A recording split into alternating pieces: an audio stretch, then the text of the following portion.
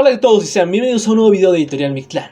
En esta ocasión le traigo, no es un poema, tampoco es un cuento, es una obra en prosa tal vez de Mario Benedetti. Es nada más y nada menos que esa vieja costumbre de sentir. Espero les guste y déjenme en Instagram qué otras obras quisieran que les lea aquí. Sin más interrupciones, empecemos. En las viejas décadas de este siglo revuelto han ocurrido relevantes hallazgos, mutaciones, rupturas, vaivenes. Cualquier interesado en el tema podrá hacer la lista. Yo también, pero no quiero cansar al lector con una nómina de señales que la prensa exhibe diariamente en sus titulares. Sin embargo, se han producido otras alteraciones, menos espectaculares, ya no entre poder y poder, o entre invasor e invadido, sino entre prójimo y prójimo.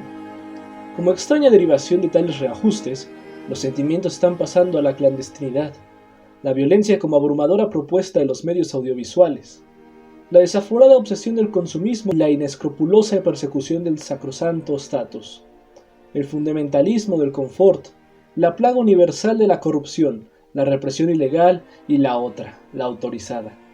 La antigua brecha, hoy convertida en profundo abismo entre acaudalados y menesterosos.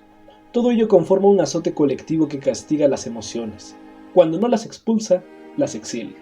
Acorralados y escarnecidos, los sentimientos pasan a la clandestinidad. A veces hay que esconderse para ejercer o recibir la solidaridad. Por otra parte, el virus antisentimental se ha transmitido a las artes y a las letras. En más de un país puede detectarse posturas de cierta crítica que no soportan la aparición o exteriorización del sentimiento. Poseedores de un recién incorporado escáner llamado Kundera, lo deslizan por los altosanos y planicies.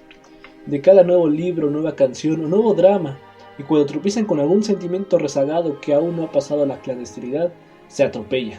Y no dan abasto para etiquetarlo como kitsch, palabra importada del alemán que significa cursi, vulgar, chabacano, de mal gusto y otras linduras. A veces uno tiene la impresión de que algunos reseñadores culturales solo están preparados para buscar y detectar los kitsch. Les parece demasiado vulgar decir vulgar. No es que no estén capacitados para sentir, pero quizás se lo oculten a sí mismos para no morirse de vergüenza.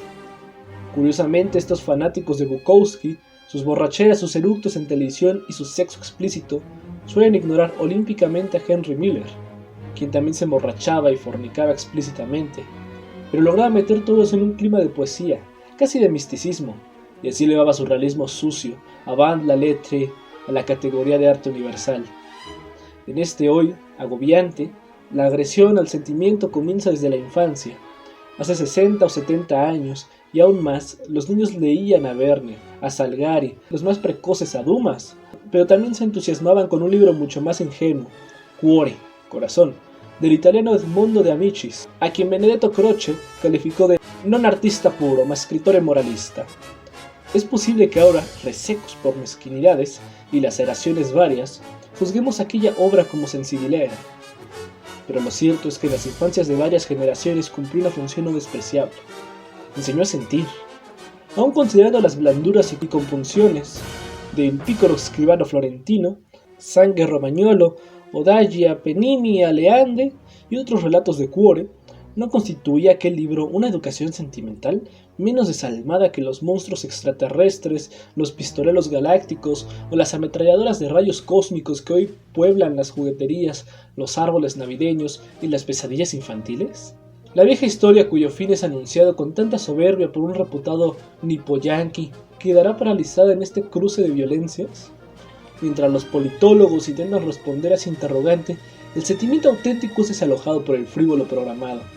Aunque las más media y ciertas tiernas élites intelectuales que no se arriesgan a salir de su gueto incluyen el sentimiento en sus listas negras, el ser humano tuvo y sigue teniendo necesidad de sentir. Lo malo es que si la televisión solo le brinda un simulacro de sentimientos, él, o más a menudo ella, igualmente se aferran a la pobre imitación. Tal vez fuera útil indagar, sin ánimo encuestador pero sí reflexivo, a qué se debe el actual éxito en todo el orbe de las telenovelas o culebrones. ¿No será que la gente se está aburriendo de guerras interplanetarias y trasplantes de cerebros asesinos y aspira a que las imágenes y las peripecias de la pantallita familiar de algún modo apelen a sus sensaciones presentes y no a los improbables fulgores del siglo XXII? ya que le son birladas las emociones de buena ley. El público se atiene a remedios mediocres, a efusiones de pacotilla. Si el espectador antes se había conmovido, por ejemplo, con seriales españolas de excelente factura como Fortunata y Jacinta o Los Gozos y las Sombras, ahora su vieja necesidad de sentirlo arrastra a hipnotizarse con Dallas. Sin duda una basofia, pero de técnica impecable. Es obvio que en las seriales norteamericanas los pobres no existen. Los pobres no solo son indeseables en la realidad y en los presupuestos del Estado, lo son asimismo en la televisión. Aunque lo formulen desde una visión clasista los británicos, verbigracia, los de arriba y los de abajo, al menos no los ignoran totalmente. Entre los latinoamericanos, Brasil, que es el de mejor nivel profesional, hasta sus equilibrios. Los mejores en este rubro quizás sean los australianos, que están produciendo seriales de indudable calidad artística y en esta proyección social. En cambio, en sus equivalentes norteamericanos, Dallas, Dinastía, Falcon Crest, etc., las pasiones, los crímenes, las escenas de la cama, las gestas de hipocresía, ocurren por lo general entre acaudaladas familias que generan su peculiar y suntuosa ley de la selva. La verdad es que cuando recibimos en el tercer mundo, resultan historias para ser contempladas desde lejos, nunca desde un palco proscenio, sino desde el gallinero, puesto en tales dramas no nos involucran. Se trata de chismes y puteríos, pero de un remoto Walhalla. Aún así, puede ser francamente divertido presenciar cómo héroes y semihéroes, diosas y vicediosas se traicionan y abofetean, se despanzurran o se inmolan, sin que por otra parte nada de ello signifique el final de la trama. ¿Acaso no aparecen tras el boato de cada funeral los cuantiosos legados, con sus cruentas batallas anexas, gracias a los cuales pueden prolongarse la expectativa y los consiguientes dividendos mundiales? Ya no en la televisión, sino en la vida monda y lironda. Las hecatombes varias de estos años de delirio han generado nuevos prejuicios y xenofobias, discriminaciones, condenas. Haber luchado alguna vez, cercana o remota, poco importa, por la justicia y la distribución decente de la riqueza puede ser hoy una mancha en el currículo del más pintado. Lo cierto es que los sentimientos son incómodos.